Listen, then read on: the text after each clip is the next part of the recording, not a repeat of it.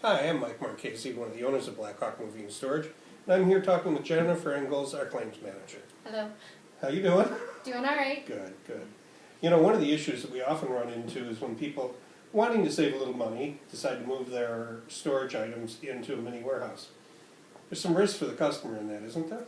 There are some risks. When you deliver into a mini storage or self-storage facility, the handling of your belongings is different than if you were to remain in the warehousing facilities that we have here at Blackhawk and in our United Van Line sister agents. When items deliver into a mini storage or self-storage warehouse, they can be accessed at different times, whereas in a warehousing facility, the items are placed and then they're not accessed again until they are delivered out by a United agency.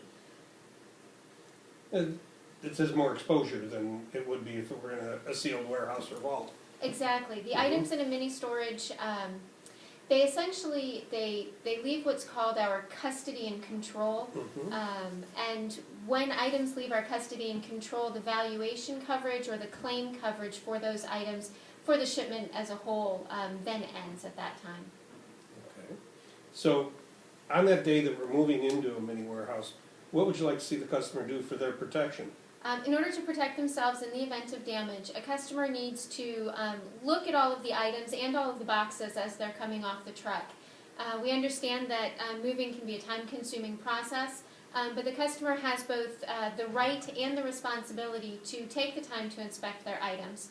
Don't necessarily have to go over them with a magnifying glass, but to make sure that, that you look at everything before the driver leaves, because what needs to happen is any damage that is discovered at that time should be written down on the paperwork. That paperwork is then signed by you and by your driver, and that then is the supporting documentation so that when you file a claim, you have indicated that this damage happened before it left our control, before it went into the mini storage facility.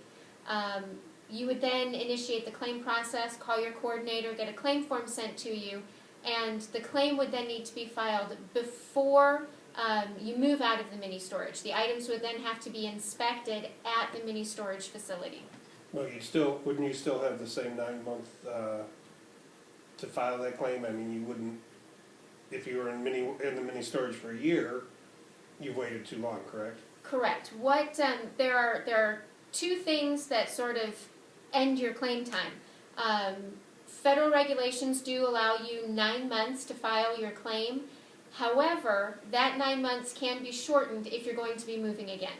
So if you're going to be moving out of your mini storage 3 months after delivery, your claim has to be filed with enough time that the items can be inspected at the mini storage facility.